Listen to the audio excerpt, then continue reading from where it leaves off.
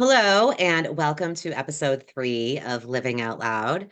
Um, this is a podcast that is made by domestic abuse survivors, and it's for domestic abuse victims, survivors, and their support systems. And normally you see Dee Dee next to me, and Dee Dee was not able to be here this week, and we miss her. She'll be back. But in the very first episode, I talked about, or I highlighted that support systems should be celebrated because when someone came to you and said, like, this is happening, or, I'm going through this, support systems believed the people and were there with the people. And that is something I feel is very important and should be mentioned, acknowledged, celebrated, them giving credit because it doesn't always happen for a lot of people out there, or some people out there who are going through domestic abuse or violence don't have someone they can go to because they've been isolated by the person that is their abuser. So today we have a special guest, one of the specialist guests. We have my sister Elaine, um, who is older than me. Not that she looks it, because she doesn't.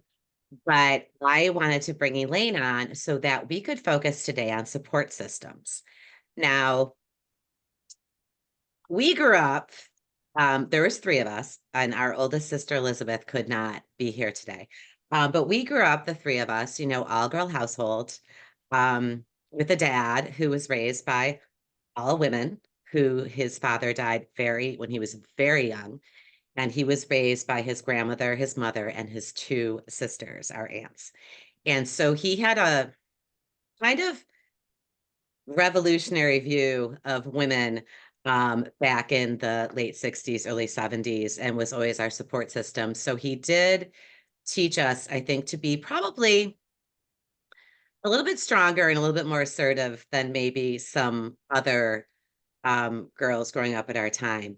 And I was thinking about this when we talked about support systems, and we talked about in the last episode how people sometimes don't tell people in their lives what is going on with them. And I did mention how I was nervous to tell my mom that I was getting divorced because I didn't know how she was going to feel about it. I didn't know if she was going to be hurt or disappointed or upset. Um, and she wasn't any of those things. She was supportive. She was not surprised. But I was trying to think, Elaine, I was thinking back today. I don't remember specifically calling you and telling you I was getting divorced. Like, I'm trying to think back to then, and I don't remember like calling and like telling you. Like, do you remember? I'm not sure if I like just can't remember because I blocked it out, or if like mom took care of it for me, or like what happened. But I'm trying to remember me actually doing that, and I don't remember it. Like, do you remember it? I do. I do. I remember you just calling me and saying that you and he were separating. And I'm trying to remember if I was already in the process myself but I'll say this, I was very surprised. Because, I don't know if the audience knows, but I live on the West Coast. I've lived on the West Coast for, well, since 1995. So, I would come home once a year with my children to see the family and such. But, day in and day out, week in, week out, I didn't spend time around you and your then husband. It's because I lived far away. So when I was home, uh, everything just seemed great. Um, you seemed fine.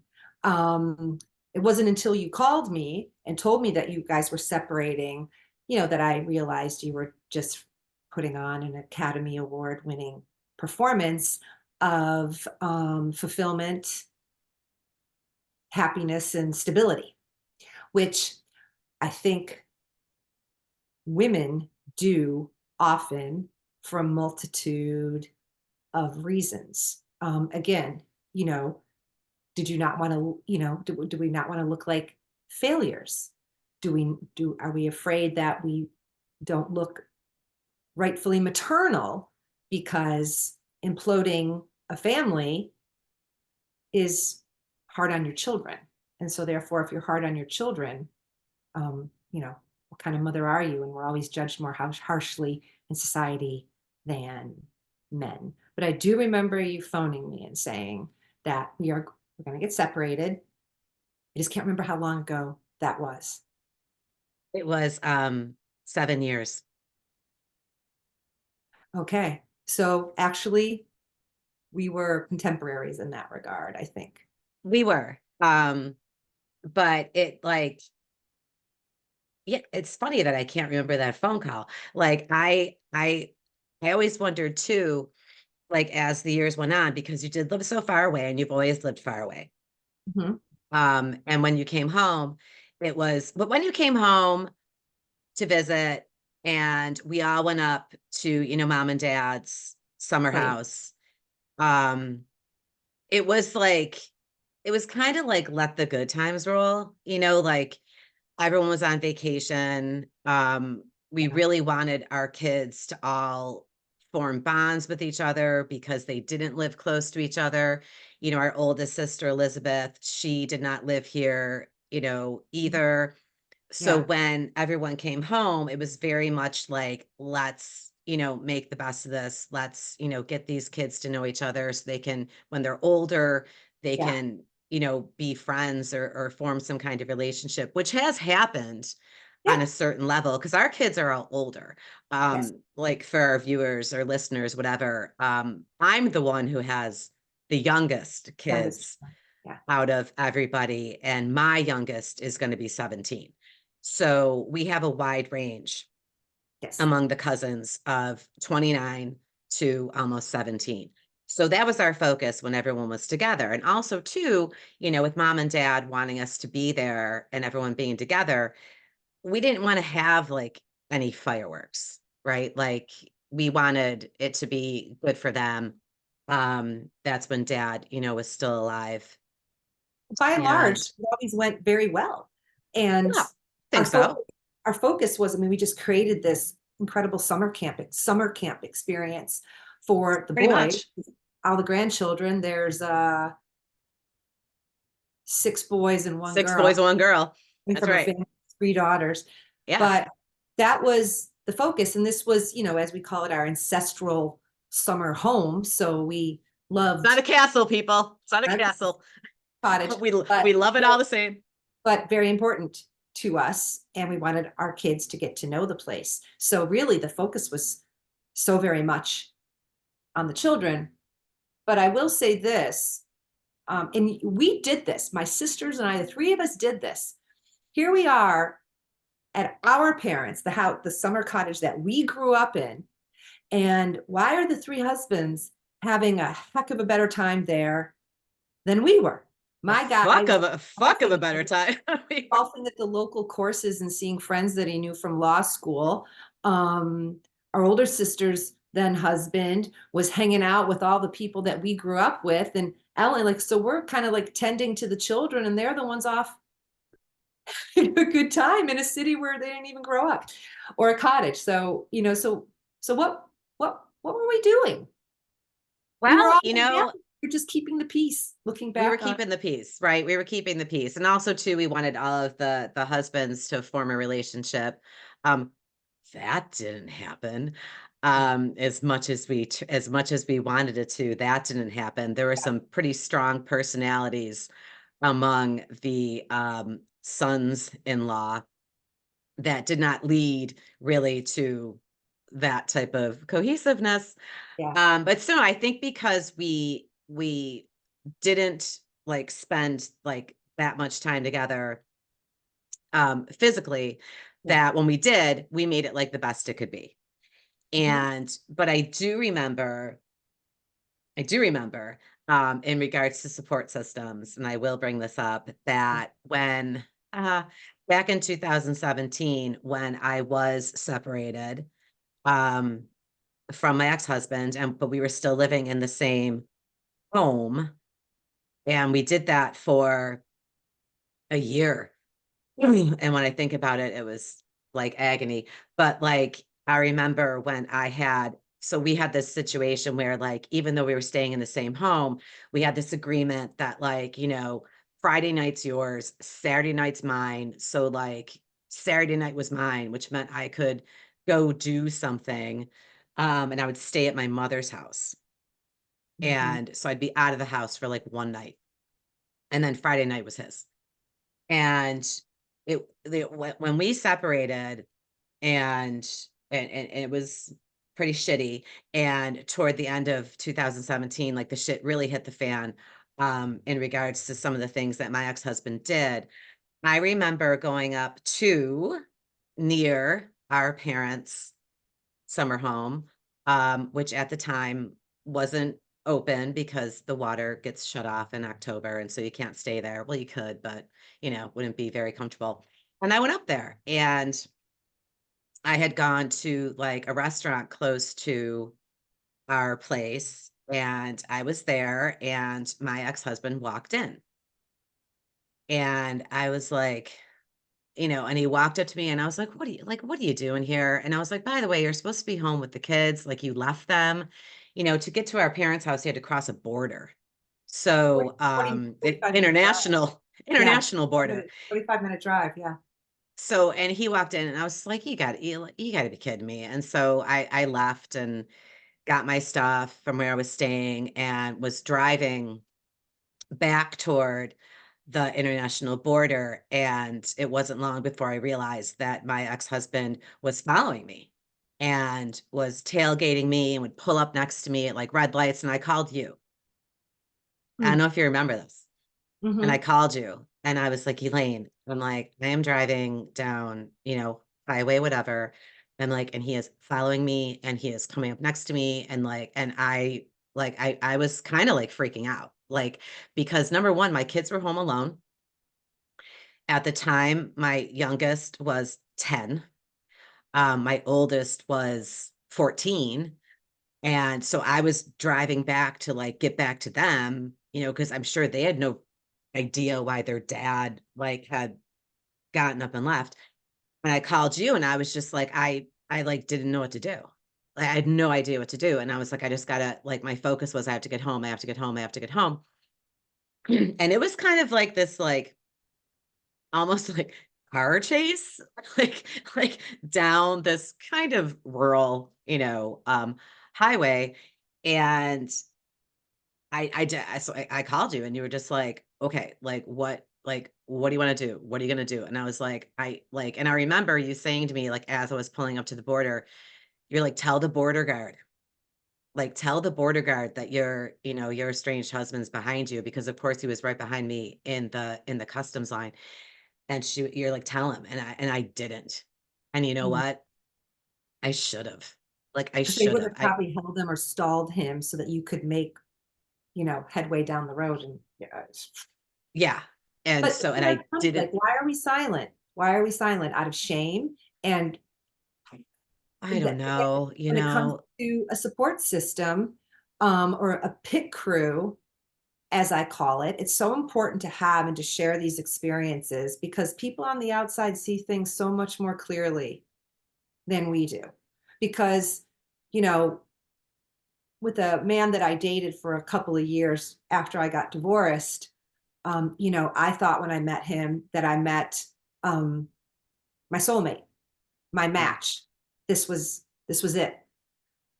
But really, what it was my first encounter with a narcissist.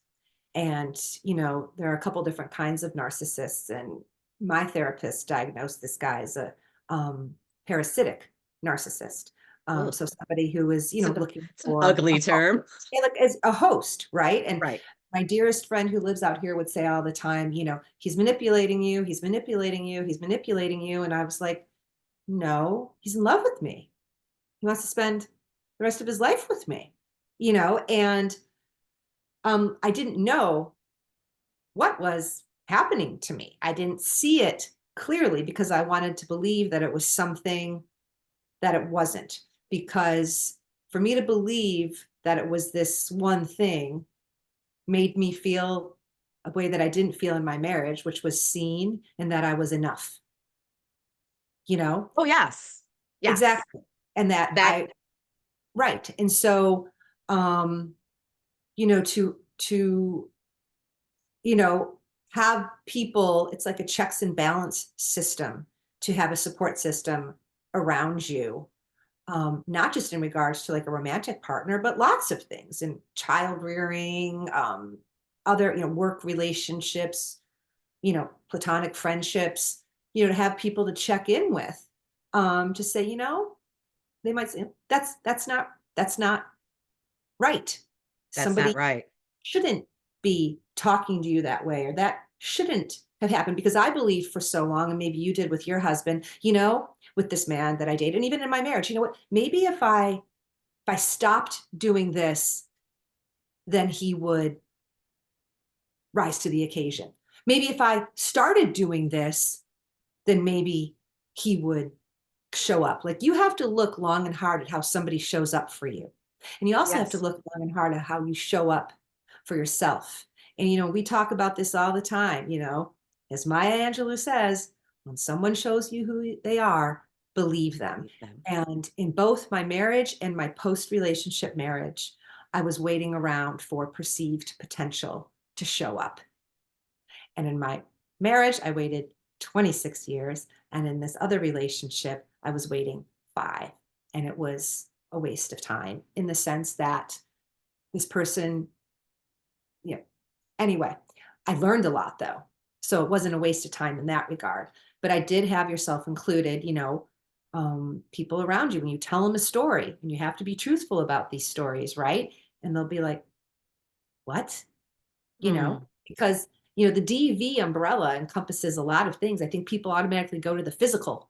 They, Yep. That's what we talked about last week. Yep. emotional manipulation runs rampant. And you want to know what? We may all have done it too at some point and weren't aware of it, because everybody's trying to affect, you know, a end game that they want, right? Well, people who try to affect an end game that they want, that's a little bit more Machiavellian than, someone. I mean, there are people like that out there. I mean, like our oldest sister who could not join us today. It does say sometimes, just like, sometimes people are just assholes, right? Like True. we're sitting here trying to figure it out and like, oh, have empathy and, try to walk in their shoes and all this stuff. And Some sometimes people people are don't do just that. assholes. And, after that situation, when when he followed me down that highway, and then when I got back into the States and I checked on my kids and they were fine, and then I went to mom's house, and waking mom up at 1:30 in the morning, and she came right to the door, and I mean, she took one look at me and she was like, what happened? And I was like, well, you know um Not love. you know what? That wasn't your husband following you out of love. That was No. just another instance of control. Yes. And love and control can look the same way, but they're Yes. And opposite. I 100% agree with that. And it took me a long time to get to that point. Mm, And, yeah. now when I talk about it, like mom and I were speaking earlier today, and we were talking about something. And no, the reason that my ex-husband did not want to that he fought the divorce, and looked for every reason why I wanted to be divorced besides the obvious, was that I didn't want to be married to him, Mhm. um, was because it wasn't so much about losing me, it was about losing his lifestyle. Now, listen, it's not like we were, lifestyles of the rich and famous, right? It wasn't like, what is it? Champagne, Kisses and caviar dreams. however the fuck it was. It wasn't, that's not what our Walden life, Lloyd. that's not how we were living. I mean, like we had a good life, like don't get me wrong. Yeah. But on some level, I realized in the years since that it wasn't so much about losing me, because frankly, when I look back at my interactions with him over the years I was married to him, he actually really didn't like me. And I said to him numerous times, like, "Why are you married to me? You don't even like me." Yeah. Yeah. And he couldn't make that connection. He would just be like, "What are you talking about?" Mhm. But I realized, a couple of years after, and really based upon his actions at right after this little fucking car chase down the highway, when everything really went south. And Soon thereafter, it was followed up by another incident. yeah, yeah. Well, we didn't know that the actual incident was going on at the time of the other incident. Tell me about Um, that too. That's a conversation I remember exactly. yeah, but oh, the tracking device? Mhm.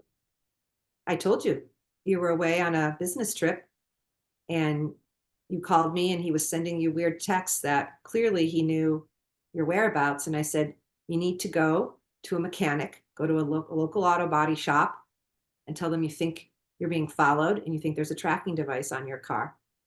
And the guy found it in 5 seconds flat in the wheel well of your one wheel. And There it see, was. that's the thing. And that's what like bleeds into this conversation is support system, right? Like me at the time, I don't understand what's going on. How could he possibly know? What's happening? And then you need somebody else to say to you, oh, pretty obvious.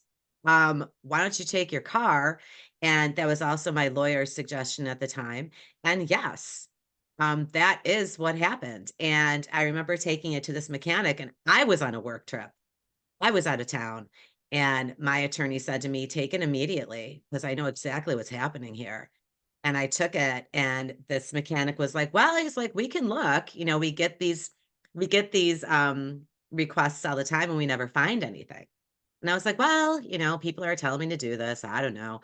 And so I sit down, and he came back out into the waiting room within not even 5 minutes, Yeah. not even. And he's like, ma'am, come with me. And I said, you got to be kidding me. And he's like, I am not. And I walked out, and they like showed me where it was. And, because they don't normally find one, like all the mechanics were gathered around because they were like, woo, like we got a live one. Yeah. And the guy looked at me, and he was like, I am not even going to charge you for this. Mhm. He's like, I'm not even going to charge you for this. And I was like, I go, what do I, Think what do I about do it, now? right? In your professional world, you have teams, right? A lot of people work on teams. So there's committees where you have multiple eyes and ears on whatever project, right, or deliverable that people are working on. Why wouldn't you have that in your personal life too, right? Absolutely. And you know what? That's what's so great about it, because when this mechanic, was like, "Okay, here it is." I was like, "Well, what do I do?" And he was like, "Yeah." He's like, "You can't leave it here." He's like, "You actually have to keep it with you because clearly, like, a crime is being committed against you." He's like, "So you can't take it off and leave it here." He's like, "'Cause you need to follow it through, like, to the end and figure out what's going on." And I remember there was a guy there at the mechanics who wasn't working there. He was just, like, visiting friends. He was, like, on a motorcycle, and he was like, "Give it to me." He's like, "I'm about to drive to Florida." He's like, "I'll put it on my bike." He's like, "And that'll keep him guessing." And I was like, "Thank you, but I can't do that." And so, and that is what you need. And, like, and you come across people in your life. I mean, like, this mechanic looked at me when he found it, like, he felt so sorry for me. Like, I mean, the guy probably immediately knew what was going on, Yeah. and was kind, and was like, "I'm not even gonna charge you for this," like, and he made some suggestions. He's like, "We'll use our gloves, we'll take it off, we'll put it in, like, a Ziploc." He's like, "'Cause you need to take this, to the police." And I was like, "Oh my god, I do?" Like, and I remember going back to my hotel because it was a work trip, and, like, bringing the thing into my hotel room with me and just like not wanting to touch it. Like it was like a live bomb or something. And I was like, and I looked at it and I was like, I can't, and Yeah, so because it was that's, going off of a satellite that went on an app directly to his phone. So there was an yes. IP address that was showing who owned the tracking device, you And know? and that Again, day not with love, that, that's control. and the thing is that day when that happened, and I the next day drove back home and went right to the police department and gave it to them. And as I was giving it to them, he was texting me saying, "Don't do what I think you're doing. Don't do what I think you're doing. I I've hope you're seen not you. where I think you are." And I showed the cop. I was like, like here. Um, that blew it wide open, right? Like that blew it wide open.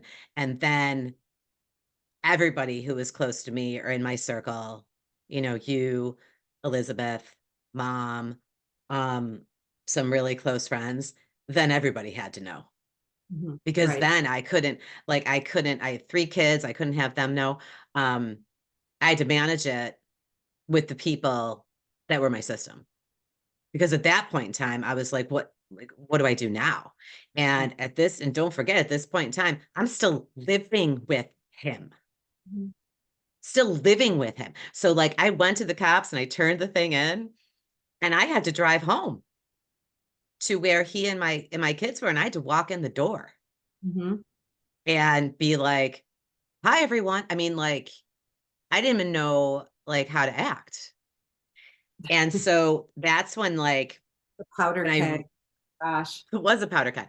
And that's when I really started relying on the people in my life. And the thing was, every event that happened, um, nobody ever doubted me. Like nobody ever doubted me. Like when I said, "Oh, tracking device on my car," nobody ever said, "Oh, well, what'd you do that he needed to do that?" Right? Like, or, Ellen, okay, like, what's the story here? Nobody ever said that.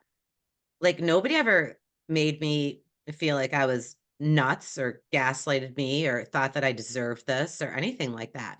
Mhm. Um, so that is what I mean by support system. And I want to bring up something in regard to not you personally, but something that happened. Like, what was it last year when your sister-in-law was visiting you It was in September. and she got that call? Well, it's interesting because my sister-in-law was visiting me last September. Well, and her brother, my ex-husband. And so she and I were on a road trip to see her other brother. Let's And preface this by saying you have a very amicable, friendly relationship yeah, with your absolutely. ex-husband. And yes, everything That's is yeah, really fantastic. good with them. So when we were in the car driving, she was telling me because she was texting with her friend whose name was past tense Amber. Mhm. Um, and she was saying, "Oh, this is what's going on with a girlfriend of mine." And I, sent her a couple of books, Psychopath Free, and all these books about how to, about narcissists and how to get out of abusive relationships. And so this gal was texting my sister-in-law back saying, "I received the books. I can't wait to read them, but I have to come clean and say that I had a little setback. I went out with some friends for drinks last night and had a weak moment and unblocked him from Unblocked him. and started texting with him again." To which Mhm. my sister-in-law was upset about it for her friend. Right. Because she, was, not just two steps back, it was multiple steps back. And It's a whole well, staircase back. long story short, within 72 hours, her friend had been murdered by this former boyfriend, who, by the way, they're both in their early 50s and she had only been dating for a year. In her own home. She was murdered in her own home. He He was beat her to death. He beat her to death, right? beat her to death with, with his And bare wasn't hands. there also he kind of kept her hostage Yes. in And her then house? it, got even more twisted than that. There was post-mortem abuse. So yeah, he Ugh. kept her, the body hostage in that house for 6 hours. He watched as her two teenage daughters drove away to go to the grocery store and forced his way into the house. It was, yeah, it was awful. So um she was it's hard when you can be in a situation where you should say to yourself, is being with this person better, is that situation really better than being, and people will say, alone? You're not alone, you're Not never alone. alone. You're single. There's a difference. You're not alone. You're not There, alone. people use that word alone, and then the adverb lonely comes into play soon thereafter, and you have the power to be none of those things. We all have more power than we know. We are all stronger than we know. And again, back to a support system. um, have people around you so that on those days where you're not feeling strong, you turn to them. There's like sponsors, right? Sponsors Right. for people who have substance abuse issues or whatever, and they're trying to stay clean. When you have those weak moments, you call somebody, or have them Or, help stay strong. right. Yeah, we're not Ellen. Or We're not stronger than anybody else. We're not we're stronger than damn good though, I'll tell you what. we're not stronger than anybody else. We just, We've just learned a few things. And yeah. I don't want to say, you know, there are lovely people out there, okay, male and female, who want to treat someone well and who want to be in a loving partnership and who want to respect and to, do all of those things. There's also people out there that don't. Yeah. And in regard to like the support system thing, supporting someone who's going through domestic abuse or domestic violence, you do have to let them cycle through. Um, I know that, I had moments where things are very clear cut, right? Like, when you almost need like reassurance sometimes, like, because you have been beaten down, sometimes not literally, but, figuratively. On the And road. right, Road. when I went to the police, at the urging of you, my attorney, um, even as I was handing that tracking device in, I was thinking to myself, somehow this is going to come back on me, Mhm. right? Like somehow this is going to come back on me and it's going to be, oh, we can't do anything. Or, like I really did have that like feeling. And I had a detective. He was great. And he was the domestic violence unit and he was assigned to my case. And he really kind of made it like he validated me. He was like, listen, he's like, you don't track a person like a dog. Okay. He's like, you don't. It's illegal. It's a crime. Um, I was only the second case in my county of a tracking device being used to track a spouse or a partner. And so when that information came to the DA, an assistant DA, um, my detective told me that the DA of our county was like, oh my God, we got to nail this motherfucker. Like this guy was like, nope, this is not, we got to put an end to shit like this. Like this is ridiculous. Women ourselves have to get used to the notion that just because you're married to somebody doesn't mean stalking isn't a thing. It doesn't Stalking is a thing. mean that um, all sex is consensual because you're married to someone. No, no, Like, right? You're not, and you're no, never each other's property. no, no one's anybody's property. And if someone is starting to treat you like you are property or an object, and it's hard to say these things because I know that there are women and men out there involved in all different types of relationships that are trying to get themselves to this point of, okay, I got to make a move. right? Like people know deep down when they're being mistreated, and people know deep down when something's not right.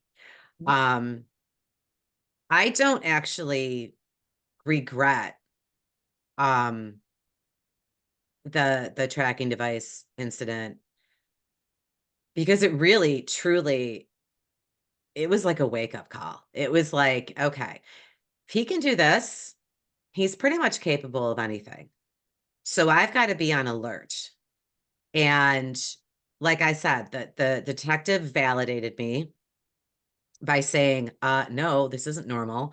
Um, and then they did get the evidence that they needed, and they subpoenaed the records from the company that makes the tracking device, which I would like to say as a aside, all these companies that think they're so cute by selling like GPS tracking devices or even Apple selling AirTags, don't think that people are using them for the purpose you intended, Right. right? Well, and this is important to note too, Because they're not. the legalities surrounding your situation, in that the car you were driving was registered only in your name. Had it been registered in your name and your husband's name, there would have been no case against him No because he crime. wasn't considered an owner of the That's car. right. So you can That's put a tracking exactly right. on a car I'd have been that you screwed. own, and like with people with their kids, right? They might slip an AirTag, in the glove compartment. The kid doesn't know it's there. They know exactly, like, how some parents follow their kids on iPhones so they know their locations. How many I'm not kids down with that. I think that's don't do that? I weird. don't do that at all. You know, um, how many kids turn location services off, and then their parents Of have course no they idea, do. right? They know So more than we do. Of course they turn them off. concerned about where then you put an AirTag in the car, and the kid's clueless, or the partner, the spouse, whatever, is clueless that it's there, and then you just sit there and watch them. But yeah, the car wasn't registered in your ex-husband's name, so that's why it was considered a crime. And there's such a, like I said, the legality of it is important. Fine To line. It's a fine line. And I remember that that the actions stay car, the same, but how it's viewed by the courts is very different. well, I'll tell you what. Um, when they subpoenaed the records from the company that manufactures the tracking device, and he had bought it off of Amazon, and they had to subpoena, Amazon's records, and he bought it off of Amazon. He used his Amazon credit card. It was delivered to the home that we both lived in. Um, I brought the package in. Thank you very much. And when they subpoenaed the company to prove all of this, and it took the company the total amount of time to the deadline for them to submit their records. When like you said, it goes through an app and he sets it up on his phone or through his computer. It's traceable And to his IP address. Yeah. exactly. And then what you can do is that the tracking device is in place, and then you log in and you can track where the person is real time, right? Like live. Yeah. And so they subpoenaed um how many times he had checked the app to see where I was. And the tracking device was on my car for a month. And they received the results as an Excel spreadsheet, and it was 63 pages long. Hmm. So he was checking it even when he knew where I was. Which didn't make any sense. But like he was tracking, so 63-page long Excel spreadsheet of him checking where I was. And we're talking like 1 in the morning, 4 in the morning, 6 in the morning, like, midnight, like constant, constant, constant, constant. Hmm. And so other people become your support system as well, depending on your personal situation. And so like my detective was a support system. When I went to the first, you know, court hearing for this activity, I had to speak to the assistant DA, and you go in this little room beforehand and, do you want to proceed with this? Yes, I do. And I remember this guy saying to me, like looking at my file, and he said, this is fucking nuts. It's like, who does this to somebody? Yeah. And I was like, he's like, no, he's like, this, it's not normal. It's like, It's, it's you know, not. and it's this stuff like, the name of the podcast, right? Living Out Loud. Yeah. Cool. Don't stop talking. Don't Right. stop talking. Keep talking. If something feels like a red flag, it is. Is a red flag. Talk about it. Run it by people because you know what? Like you can you can love somebody who's very wrong for you. You can love somebody who has lots of problems, but you just have to remember it's not on you to save them and you can't. No. You can't save them. You have to save yourself. You have to Save show up. yourself. You have to think about what showing up for yourself looks like, but also equally as important, what does how do you want your partner to show up for you? And you know what? It's not through following you. It's not through a tracking device. Don't romanticize that shit because that's not Oh love. my God. Yes. Not I have love. said, It's how not. many times have I said, I mean, I have said this to my therapist. I have said this to other people. If you think being tracked or stalked is somehow flattering, it Or 100% is not. that It is is that not is romantic. It is not cute. It is not like, and there's been depictions, in movies um that have soured over the years that people thought like were romantic and now are like, no. Some guys outside my friggin' bedroom window, like, he shouldn't be there. throwing a And pebble or whatever. Like, yeah, there's no, somebody it's they're trying to take control of your life away from you. And like you it's said not earlier, flattering. It's not trying to flattering. isolate you. That's not somebody who's crazy in love with you. That's No, they're somebody trying to who's own you. trying to They're own you. trying to own you. And I Yeah. remember when I was working at this one job when this was all going on. So there were days that I was in matrimonial court, which is really divorce court, by the way, matrimonial court in the morning and criminal court in the afternoon. And so I would, obviously I had to explain my situation um, to my supervisor and some coworkers. And there was this one lady that I worked with, and I told her it was right after it happened because when right after it happened, I did start to kind of speak out, like, hey, my ex-husband put a tracking device in my car, and now I have to go to court, so I'll be back in like an hour, whatever. And I told this lady the story and of how I found it, what my attorney said, and all this stuff. And she said to me, he must really love you. Oh God. No. Oh, And no. I looked at her and I was like, No. no, that's not what it is at all. So some of these things, like when your support system, whether it's your sister, your friend, a coworker who might notice something seems off, Parents, like whoever. Yeah. parents, Your adult. whomever, could be Your a adult. total Yeah. stranger says to you, you know, um, this just doesn't seem like how it should be, right? These people are not trying to ruin your life. They're not trying to hurt you. If anything, they are trying to help you. Mhm. So sometimes you do have to, you got to listen. And Yeah. maybe you're not in a position where you feel like you can do anything yet, but those that really care about you um, will help you Mhm. do what you need to do. And even though you lived away, you weren't here. Um, if anything, I feel like my situation with my ex-husband, my separation, my divorce, all of the shit that happened, because it wasn't just the tracking device, it definitely blew up from there. It brought, like, if anything, my sisters and my mom closer, Yeah. Hmm. closer. Yeah. It really did. And, to the point where we have we have phone conversations that are 3, 4 hours long.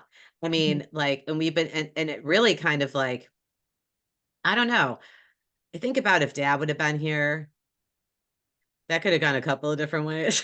All for the best. Listen, he would have supported me without a Yeah. question. Mhm. The only thing that I would have been concerned about is what he would have taken into his own hands, Yeah, exactly. because he was not, It's for the best. it's for the best.